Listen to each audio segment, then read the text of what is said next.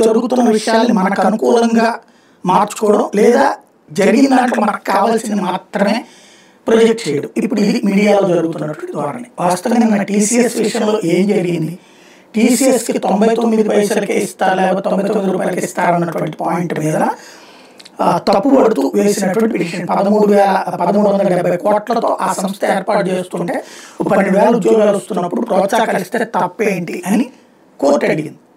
వెంటనే లాయర్ ఏం వాదించారు, అస్సలు ఇవ్వద్దు అని మేము అంటలేదు, ఇవ్వమనే చెప్తున్నాం, ప్లస్ ఉద్యోగాలు కల్పించమనే చెప్తున్నాం, అది సక్రమంగా జరగాలని కోరుకుంటున్నాం. ఇప్పుడు ఇది మామూలుగా మనం భూమి లీజుకి ఇచ్చామనుకోండి, ఆ లీజు రూల్ ప్రకారం ఇదిగో ఇన్ని సంవత్సరాల లోపు ఎంత పెట్టుబడులు పెట్టాలి, ఇన్ని ఉద్యోగాలు ఇవ్వాలని రూల్ ఉంటుంది.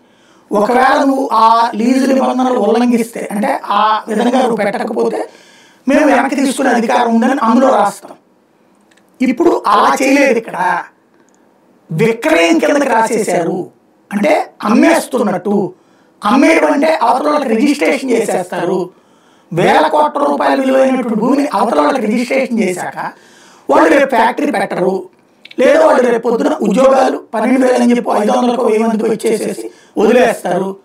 అప్పుడు వెనక్కి తీసుకునే అధికారం ఉండదు కదా, ప్రజల ఆస్తి కదా దుర్వినియోగం అయ్యేది అన్నది వీళ్ళు వాదించింది, జనసేన వాదించింది. అవును అది నిజమే కదా అని కోర్టు మళ్ళీ అప్పుడు ప్రభుత్వం తరపున వాదించారు, అబ్బాయి లీజేనండి అన్నారు. మరి ప్రజలకు ఏం చెప్పారు, విక్రయం అన్నారు. లీజ్ అయితే అదే తేల్చి చెప్పండి అన్నది ఇప్పుడు కోర్టు.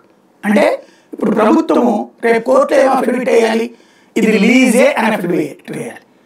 లీజే అని అఫిడవిట్ వేస్తే టీసీఎస్ రాదు. టీసీఎస్ విక్రయం కింద రూపాయికి ఇస్తేనే అది కొనుక్కుంటుంది. కొనుక్కుని రిజిస్ట్రేషన్ చేసుకుని దాన్ని తాకట్టు పెట్టి దాని మీద వచ్చే డబ్బులతో వ్యాపారం చేయాలనుకుంటుంది. అదే లీజ్ అయితే బ్యాంకు లోన్స్ ఇవ్వవు. అంటే కొనుక్కున్న దానికి 90 రూపాయలు లోన్ ఇస్తే లీజ్ దానికి 30 రూపాయలు లోన్ ఇస్తారు.